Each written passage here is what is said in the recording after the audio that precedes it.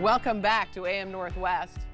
It's an extraordinary true story that has, for the most part, been lost to history. It's a tale of an enslaved man's bravery, determination, and genius that led him to freedom. Here to share Defiant, the story of Robert Smalls, we welcome author, screenwriter, and award-winning producer Rob Edwards. Good to have you with us, Rob. Oh, thank you for having me. How'd you come up with this, wanting to do this whole illustrated book? Because who knew about him? Well, that's the tragedy of this whole thing is that he's a fantastic man. He's had this storied life, and I consider myself fairly well read. I had not heard of him until it was brought to my attention. There's this group, Legion M, that makes movies, crowdfunds movies, and one of their members had actually sent in a meme that said, "We make all these movies about all these people, but here's a person who actually existed, who escaped from slavery, owned all these businesses, ran for Congress 5 times. Is the reason why we have public schools, and we know nothing about him." And so I said, okay, well, I'm pretty good at telling stories. Probably I should take this on, and every step of the way, it's just been just a dream. When you're doing the research for this, you had to be amazed at his life. And you start out in the book, you start out with him as a grandfather talking to his grandson. Why did you choose that way to tell the story? Well, because a lot of times, especially, well, I have 2 sons, and I know there's a bit of a challenge trying to teach kids about things, especially slavery, because it's fairly painful. Right. And a lot of narratives about it start with, some fairly painful chapters of our life and cruelty and stuff. And I wanted to say that this is a safe story to tell your kids. This is one, it's a grandfather telling the story to his grandson. And so you start there and you know that, okay, this is going to be fine. This is inspirational. It's about a person who starts from being kind of the lowest of the low and reaching these heights of, the highest to the high. And, obviously we also live in a time where these stories are hard to tell. There are places that, don't want these stories like this told. And so what better way to do it than to have a graphic novel that you can just kind of leave on your kid's bed, and, they'll see the amazing artwork, and hopefully they'll open it up and get into the story a little bit. Yeah, the artwork is incredible. It's absolutely beautiful. Really, really well done.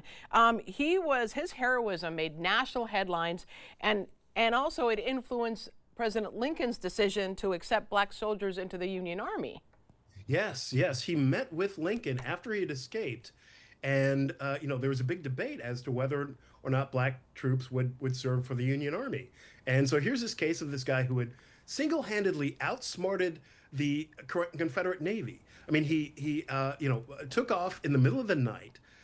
When the white crew took off, he and the black crew members met their families in the Charleston Bay, took them onto the ship, got past 5 military checkpoints, dressed as the captain, mimicking the captain's mannerisms. They surrendered the ship to the Union Army. All along the way, they knew that if they were caught, bad things were going to happen. They lined the ship with gunpowder to blow themselves up in case they were caught, because they were afraid of what would happen. They'd be set as examples. Right. And for this, the bravery, the intelligence, the fortitude. Lincoln said, well, we absolutely have to have these people, fight along with us. So when you see black people in uniform, it's because of Robert Smalls. Right. He went on to become a congressman. And this was a guy who also didn't read when he was younger. He hadn't been able to learn to read. Right, exactly. One of the first things he did when he was free was he had 2 tutors. He had a morning tutor and an evening tutor to teach him how to read. He was well spoken. Yes. In fact, P.T. Barnum had him doing speeches all over the place to packed houses, but he couldn't read. And so that was the first thing that he wanted to do, was to learn how to read. And one of the first acts of Congress he had was to start the public school system. So an amazing guy. He ran for Congress 5 times and won each time. In fact, the last time that he ran, they tried to frame him for bribery. And they said, look, if you, give up your campaign right now, we will withdraw the lawsuit. And he said, no, no, no, I'm going to fight this because it didn't, this is not true. He won and went back to his seat in Congress. And Wow. here, decades later, we don't tell the story. And now we're trying to correct that with this. How did the book come about? I understand that crowdsourcing helped to put this book out. Yes. Well, that was a thing that we actually, I'm a movie writer, and so we wanted to, make Oscar this into a nominee. movie. Oscar nominee. Yes, exactly. Some fun stuff. Princess and the Frog, and Captain America right now, King of Kings. This is So awesome. I want to touch on that, but first talk about the crowdsourcing. yes, yes, yes. So we said, okay, well, how can we tell if people really want to see this thing? It hasn't been told for a long time. So let's just test it. So we took it to Kickstarter and we broke records on Kickstarter. We had like 100 and what is it, 150,000 people donating. Wow. We wound up with somewhere around. I may get the number wrong, but we wound up with like about $150,000 to make the book. So immediately we thought, okay, we're on the right track. And then we went to publish. We released on Juneteenth and sold out immediately. It was sold out before we even announced, Yeah. in pre-sales alone. Wow. We're into second printing now, and it looks like that second printing is going to sell out. So we may be into a third printing, and here it is, only been out like a couple of weeks. Wow. So I think that the hunger for stories like this is real, and And I'm a glad well-told story too, because that's important. yes. It's Well, very well told. well, thank you. Thank Yeah. you so much. And that was a part of it, is it like a guy like this deserves to have his story told very well. Yeah, absolutely. And then, You yeah. okay? So you mentioned, did we mention Treasure Planet, The Princess and the Frog? I know you're super proud of that on your Instagram. But Captain America: Brave New World, that's phenomenal. But let's go to French Prince of Bel-Air, Full House, and in living color. Oh Wow. yeah. Oh yeah. Wow. Okay, this is an off-topic question, but in living color, one of my favorite shows ever. Is there a skit that you wrote or one thing that stands out to you that you're most proud of from that show? I had a ball. And I shouldn't say skit, a sketch. Sorry. Yeah, right. Hey, don't get in trouble. But the fun of it was that when we started, the Wayans family had had been on and off Saturday Night Live, and so here was the reverse. There's usually like one or two black cast members, and this was the opposite. Yeah. And so this great cast, obviously, Jim Carrey, and all these people were just amazing. And we said, we started having debates. Were we going to go after Mike Tyson? Were we going to go after Arsenio Hall? Reverend Farrakhan?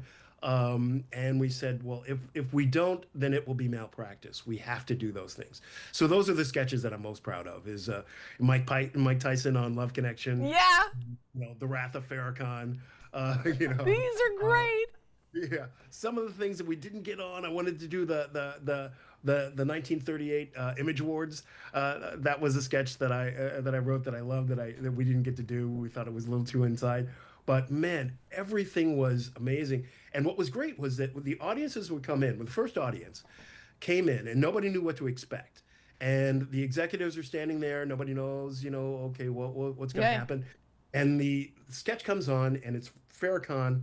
And the audience, it's like church laughter. Like Right. if you've ever been in a gospel church and somebody cracks a great joke, the laughter is like, it's explosive. Yeah. People are up and down the aisles, high-fiving, stomping their feet. It was this great release, and it let us know that, like, okay, Oh, great. I have to We're on the say, right track. best comedy show ever, the best. We want to talk about you taking the graphic novel and making it to the movie. Am I right? Yes, yes, yes. We're currently, in the same kind of thing. We're going out to investors. We're trying to do this outside of the system because we want to tell the story the way we want to tell it. Yeah. And so we're looking at investors. Legion M is leading the cause. If if you're interested in helping us, please do. We're about to announce an A-list director is coming onto the project. Wow. I'm developing a screenplay right now. We're looking at there's some cast members that I think will be really great to play the part of Robert Smalls. there's a couple of guys who are really coming up right now that Oh, I'm really proud of. I want to know So, more. We are so out of time. I want to know more, though. We want to tell everyone to check out the graphic novel Defiant. Robert Edwards, thank you so much. This was a lot of fun. oh, thank you. Thank you very much. All right, we'll be right back with more AM Northwest. Don't go away.